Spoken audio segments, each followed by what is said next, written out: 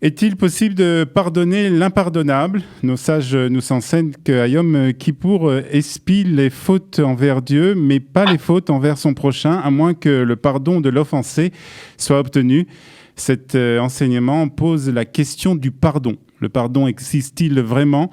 Est-il possible de pardonner l'impardonnable? C'est ce que nous allons essayer de voir ce matin avec nos deux invités. Nous sommes ce matin en ligne avec Dr Eva Weil. Dr Eva Weil, bonjour. Bonjour. Vous êtes psychanalyste, membre de la Société des psychanalystes de Paris, chercheur associé à la Sorbonne Paris 1. Et nous sommes aussi avec Dr Michael Aboulafia. Dr Aboulafia, bonjour. Bonjour, bonjour. Psychanalyste, spécialiste de l'enfant, et vous êtes aussi directeur du Machon Aboulafia de psychologie juive. Oui. Alors, je vais commencer peut-être que... Pour enfants. Psychiatre pour enfants. Psychiatre pour enfants. Alors, on va commencer justement peut-être par des notions et par donner des définitions. Et je voudrais commencer avec vous, Dr Weil. Est-ce que la notion de pardon existe en psychologie? Alors, sûrement en psychologie, mais en ce qui concerne les concepts psychanalytiques, qui sont quand même mes outils de travail, en tout cas dans ma formation, la notion de pardon n'existe pas. Elle n'est dans aucun dictionnaire de psychanalyse en tant que telle, mais ça ne l'empêche pas d'exister dans les relations humaines, bien sûr, et dans la réalité psychologique. Alors, pardon, ça fait appel à des notions, je vais peut-être vous faire le coup que les Juifs font en posant une question en réponse à une autre question. Qu'est-ce que vous entendez par pardon? Parce que y a tellement de définitions ou tellement de possibilités d'association de mots, de sens que je ne sais pas. Donc, en tout cas, je vous précise bien que ce n'est pas un concept de la psychanalyse. Donc, on va essayer d'y arriver par d'autres chemins. Par exemple, la justice, même si ça semble n'avoir pas un rapport direct. Alors, peut-être, docteur Aboulafia, vous allez peut-être nous donner une réponse. Est-ce que le pardon existe dans le judaïsme? Oui, complètement. On peut dire que la base du traitement dans la vision juive, c'est de pouvoir pardonner. C'est-à-dire qu'en fait, quand le Kohen, par exemple, à Yom Kippourim, jette le sang 7 fois vers le bas, 1 fois vers le haut, il nous apprend qu'il y a 7 dimensions qui sont basses dans notre façon de penser, et il y en a une qui est élevée. Quand la pensée est basse, elle n'est pas capable de pardonner. La pensée qui est capable de pardonner, c'est une pensée qui est capable d'être shorshit, d'être à la racine du mal, qui est le bien. Donc si, par exemple, on va dessiner un arbre avec 7 branches, et on va voir une racine qui est la 8e en fait, partie, qui est vers le haut, et on va comprendre que le pardon, c'est relié sans arrêt toute la complexité de la relation, par exemple, entre deux personnes, à un point de résolution, un point qui nous permet de dire « Ok, j'ai compris qu'en vérité, même le mal que tu m'as fait, il a une source divine. » C'est-à-dire qu'en fait, la pensée juive dit que toute la réalité, c'est une réalité divine, et qu'en fait, on est capable de pardonner que parce que je comprends finalement que ce que tu m'as fait, et c'était pour, bien sûr qu'il faut que, si tu m'as fait quelque chose de très mal et que tu dois être puni, alors tu vas être puni, mais c'est pas mon problème maintenant, avant Yom Kippour. Le problème, c'est de dire, qu'est-ce que j'apprends de ça? Qu'est-ce que j'apprends de tout ce qui m'arrive dans la vie, et qu'est-ce qui m'apprend de cette chose que tu m'as fait, et qui doit normalement m'amener à un autre niveau de conceptualisation, parce que sinon, je reste en fait bloqué dans des luttes sans arrêt intérieures, et puis je sors jamais de ma cage, quoi. Hein. Je reste toujours enfermé dans ma petitesse de pensée. Donc le pardon, c'est une espèce de grandeur de pensée qui me permet de voir les choses d'une autre optique, et donc de pouvoir revivre avec d'autres énergies. Alors, docteur Weil, on parle là, docteur Aboulafia nous a parlé un peu du processus du pardon, aussi bien de celui qui demande pardon et celui aussi qui reçoit le pardon. En psychanalyste, lorsque vous recevez des patients, comment se passe ce processus? Est-ce qu'il y a ce processus? Alors, c'est peut-être pas un processus de pardon, mais on va parler peut-être de réparation, de justice. Comment se passe ce processus? Alors, je crois que je suis d'accord sur un certain nombre de choses que mon collègue a exprimées sur le processus. Vous avez raison de mettre l'accent là-dessus. Mais la grande différence, c'est que, enfin la grande différence, une des différences possibles, c'est que dans ce qu'a dit le docteur Aboulafia, il y a une référence toujours à un grand autre, un tiers, c'est-à-dire à Dieu.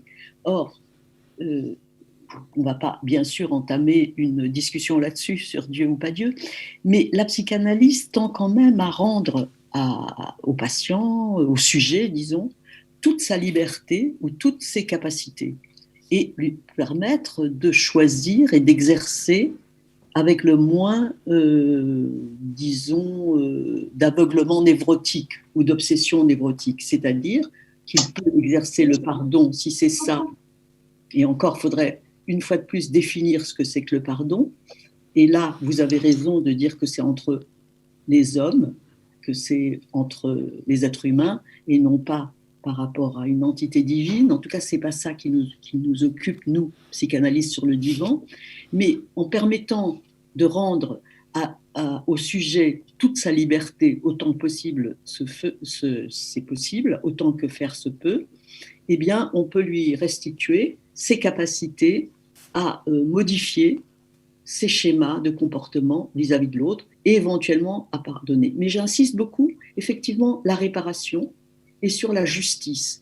C'est-à-dire que, par exemple, en ce qui concerne les traumas collectifs, et je pense à la Shoah, au génocide arménien, aussi au Rwanda, pour étendre un peu, ce qui est très important pour les victimes, c'est que justice soit faite. C'est-à-dire, d'une part, que la collectivité reconnaisse que ce qui leur est arrivé n'est pas juste un échange de mal, enfin de mots entre deux individus ou entre plusieurs individus, mais qu'il s'agit aussi de quelque chose qui touche la culture, la société dans laquelle on vit, et que c'est vraiment arrivé, non pas parce qu'ils ont fait quelque chose, mais parce qu'ils étaient quelque chose. C'est-à-dire qu'il y a une nécessité de reconnaître qu'on a fait du mal à une personne ou à un peuple. Dans le cadre de la Shoah, il y a la nécessité, ce peuple a cette nécessité de savoir qu'on reconnaît de lui avoir fait du mal.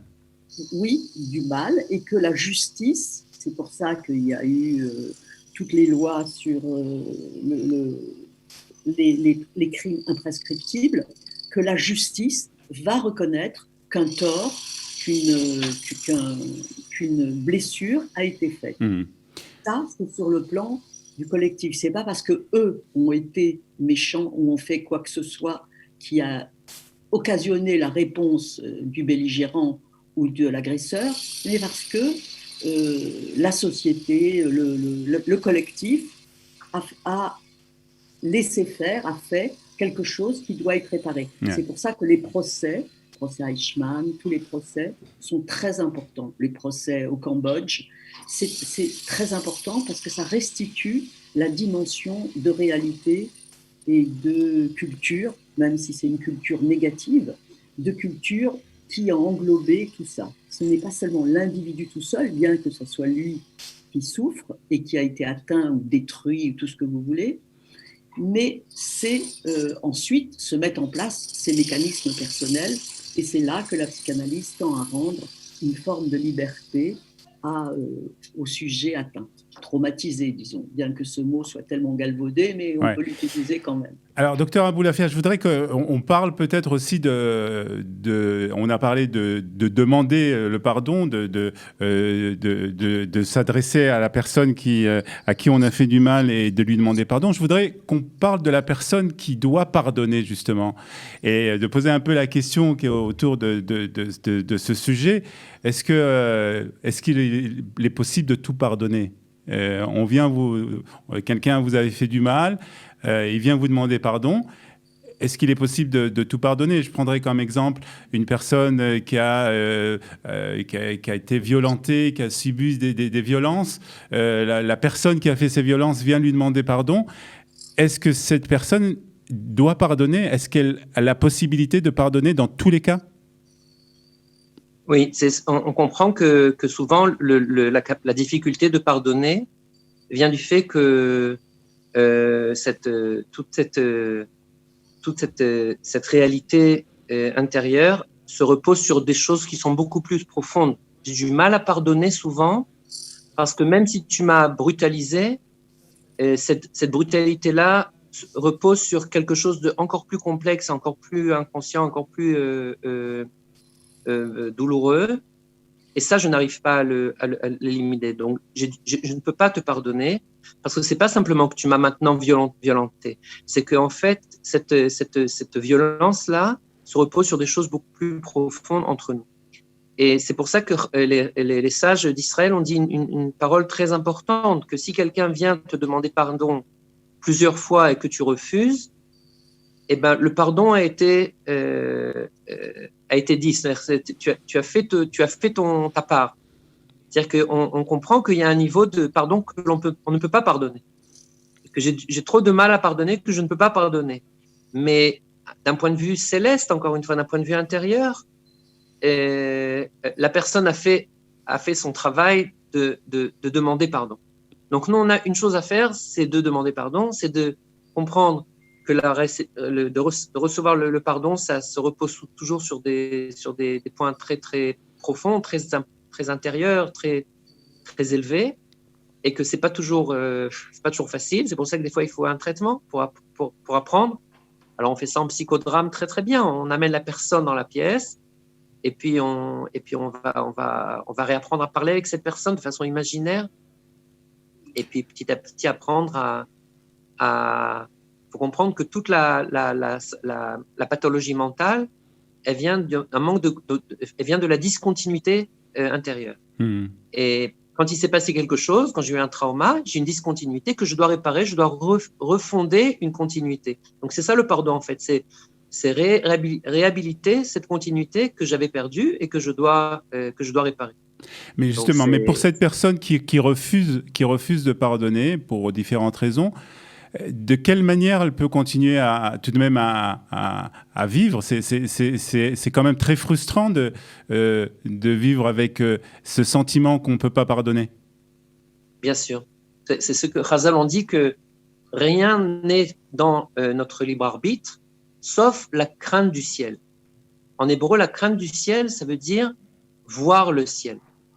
Donc, je suis pas entièrement d'accord avec ce qu'a dit docteur qui est avec nous, Docteur Veil. Veil, pardon. Que, en fait, cette capacité en hébreu de dire, cette capacité de voir que le registre terrestre, dans sa profondeur, est un registre céleste. C'est ça mon libre arbitre. Ma capacité de voir, on dit en hébreu, Kimeh Hashamaim ala Haaretz. Et en fait, tu crois qu'il y a une réalité, mais en fait, cette réalité, dans sa profondeur, c'est une grande vérité. Et je pense que c'est un des axes thérapeutiques très, très central, de pouvoir comprendre qu'on est face à une réalité qui peut être douloureuse, qui peut être même des fois traumatique, mais qu'à la racine, il y a le principe unitaire de comprendre que c'est mon libre arbitre. C'est ma capacité, c'est pour ça que je suis venu sur Terre. Je suis venu ici c'est cette capacité de voir que tout ce qui m'arrive, c'est des fois des choses qui sont très douloureuses. En hébreu, on dit que le mot ke'ev, la douleur, vient du mot ke'av, comme le père. C'est-à-dire qu'il y a un principe moteur qui est beaucoup plus profond.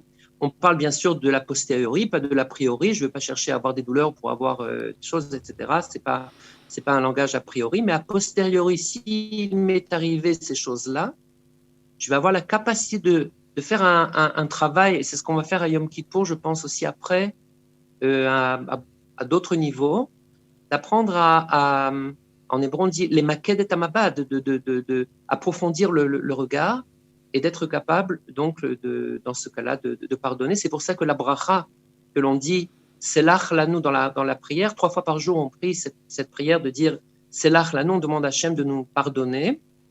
Ben, quand on dit Baruch Ata Hachem, les points qui sont sur le nom d'Hachem viennent du monde de la compréhension. C'est-à-dire qu'on comprend que ça s'appelle la Bina. C'est-à-dire qu'à partir du moment où j'arrive à comprendre, je peux pardonner. Docteur Weil, quel est le sentiment de ces personnes qui ne peut pas pardonner? Comment sont-ils traités en psychanalyste? Écoutez, ça m'est difficile de vous répondre sur une situation, en fait, qui n'est pas définie, ouais. Qui n'est pas acceptée, puisque je vous dis que le pardon n'est pas une notion qui est traitée en tant que telle. Ça m'est très difficile d'expliquer comment ils ne peuvent pas pardonner. La question, c'est plutôt comment est-ce qu'ils peuvent se réparer, se reconstruire avec quelque chose qui est venu de l'extérieur ou d'un autre. Et là, la différence entre si c'est venu de l'individuel, ça, c'est comme ça que Freud a commencé son travail sur les traumas individuels, enfin, dans les 5 psychanalyses. Où je ne voudrais pas que ce soit mon collègue qui tire son autorité du texte de Yom Kippour et moi de Freud. Enfin, je ne voudrais pas que ça apparaisse comme ça du tout, mais c'est histoire de quand même de vous dire à quoi je me réfère. Non, mais c'est le but aussi de cette rencontre entre vous deux. Oui, c'est ça. Donc, c'est pas Dieu contre Freud, ni la Bible contre Freud, ni le Marsor contre Freud, hein, c'est pas ça. Mais disons que la psychanalyse, parce qu'elle a bien commencé avec son fondateur, ne s'est référée dans un premier temps au trauma individuel, ce qui était venu de quelqu'un d'autre. Je vous renvoie aux 5 psychanalyses, bien entendu. Mais par ailleurs, il y a le collectif et l'individuel. Et bien sûr, aucun individu n'est un individu isolé, complètement dans sa bulle, mais est relié toujours à sa généalogie, à sa génération, à ce qui se passe autour de lui. Et là, disons, les traumas ou les offenses, pour être moins... employer un mot valise moins galvaudé, les offenses peuvent être faites par le collectif, toujours portées par un individu, bien sûr, comme dans le cas de ce que je vous ai cité tout à l'heure, l'Arménie, le Rwanda, la Shoah, etc. Mais elles sont toujours portées par un individu. C'est là qu'il y a une réparation double, à la fois par la communauté et à la fois par l'individu. Et donc, ne pas pardonner, c'est pas forcément toujours quelque chose de nocif, ne pas pardonner. Ça dépend de ce qu'on met dans le pardon, etc. Et quant au libre arbitre, je suis tout à fait d'accord avec vous, il s'agit de retrouver son libre arbitre et non pas de découvrir un dessein D-E-2-S-E-I-N qui aurait déjà été présent pour vous dès l'origine. Docteur Aboulafi, on va terminer avec vous. On est à la veille de Yom Kippour, donc Docteur Weil nous dit ne pas pardonner, c'est pas spécialement nocif. Vous êtes d'accord? Ça peut ne pas l'être. Ça ne peut ne pas l'être. Est-ce que vous êtes d'accord avec ça? Oui, tout à fait. C'est-à-dire que je pense que par contre que le pardon c'est un bienfait. C'est-à-dire que on s'efforcer à pouvoir pardonner le plus possible. Si le pardon est impossible, alors on va dire que c'est impossible. Mais le travail, je pense, du traitant, c'est d'apprendre à pardonner. Des fois, il y a aussi beaucoup de dimensions de pardon. C'est peut-être pas un pardon qui est entier, des fois c'est un pardon qui est partiel. Mais je crois que sur ça se tient notre santé mentale, de cette même capacité d'effacer quelque chose, pas seulement d'effacer, de dire bon, il ne s'est rien passé. Et on dit en hébreu l'endroit où le Choser Bitchouva se tient, le grand tzaddik ne se tient pas. On parle aussi de point de vue de nafshi, de point de vue intérieur. C'est-à-dire quelqu'un qui est capable de pardonner, il se situe à un endroit plus élevé qu'avant l'offense. Ouais. C'est-à-dire que le pardon est une acquisition, en vérité, plus élevée que ce qu'il y avait avant d'être offensé. Et c'est dans cet état d'esprit qu'on doit aborder la journée de Yom Kippour? Docteur Aboulafi, on terminera avec ça. Exactement. C'est-à-dire qu'en fait, on arrive aux prières de Yom Kippour avec cette compréhension qui est tellement importante de comprendre que on va être capable maintenant de faire pareil avec Hachem, avec la source, avec la source de notre vie et de demander pardon. Mhm. Si je suis capable de pardonner la personne qui vient me demander pardon, alors j'ai la confiance, totale confiance, que lui qui est la source de toute l'existence, qui est le point unitaire de toute la réalité, bien sûr qu'il va me pardonner. Très bien. Et bon, c'est un jour qui est très joyeux. Donc, il n'y avait pas de jour plus bon que Yom Kippour et que Tou B'Av. Donc, c'est un grand jour. C'est un jour de pardon. Donc, on ne vient pas avec la tête en bas, on vient avec la tête en haut, avec une grande, grande assurance en cette capacité d'être reçu. Très bien. En tout cas, c'était très intéressant de voir un peu les différences entre la psychanalyste et et puis la façon juive d'aborder ce sujet du pardon. Merci beaucoup, docteur Eva Veil. Merci. Je vais ajouter un petit mot. Oui, avec plaisir. Alors, pardonner au collectif, pardonner à l'individuel pour conclure ça. Et puis, je voudrais vous dire il va y avoir en mai 2021 un colloque en Israël sur trauma collectif et lieu du traumatisme, où mes collègues, les docteurs Granek et Viviane Chetrit, vont intervenir, ainsi que moi-même. Voilà. Donc on suivra avec grand plaisir ce colloque aussi. Vous vouliez rajouter quelque chose, docteur Veil ? Non, c'est bon. Très bien. Bon. Très bien. Merci beaucoup en tout cas à vous deux. Je vous souhaite tous, bien entendu, Khatima Tova et une bonne année. Et à très bientôt. Merci d'avoir été avec nous ce matin sur Studio Kalita.